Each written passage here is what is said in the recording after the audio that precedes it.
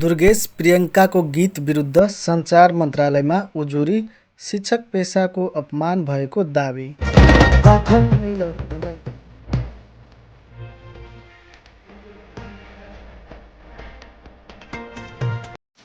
तू समझा? हाँ।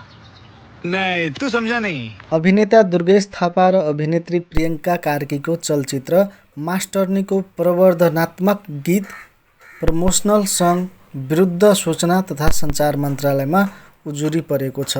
उक्त चलचित्रमा समावेश ताराबाजी लै लै बोलको गीतमा प्रयोग गरिएका शब्दहरूले समग्र शिक्षक समुदाय तिम्रो सेक्सी नजरले हामीलाई घायल गराइदेऊ, विशेष गरी महिला शिक्षक र शिक्षण पेसाकै मानमर्दन गरेको भन्दै शुक्रबार मन्त्रालयमा लिखित उजुरी दर्ता भएको हो।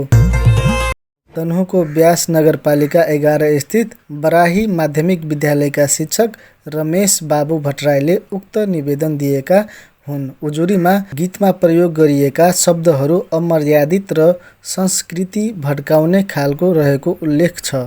शिक्षण जस्तो मर्यादित पेसालाई अपमानित गर्ने उद्देश्यले तयार पारिएको भन्दै निवेदकले उक्त गीतमाथि प्रतिबन्ध लगाउन माग गरेका छन्।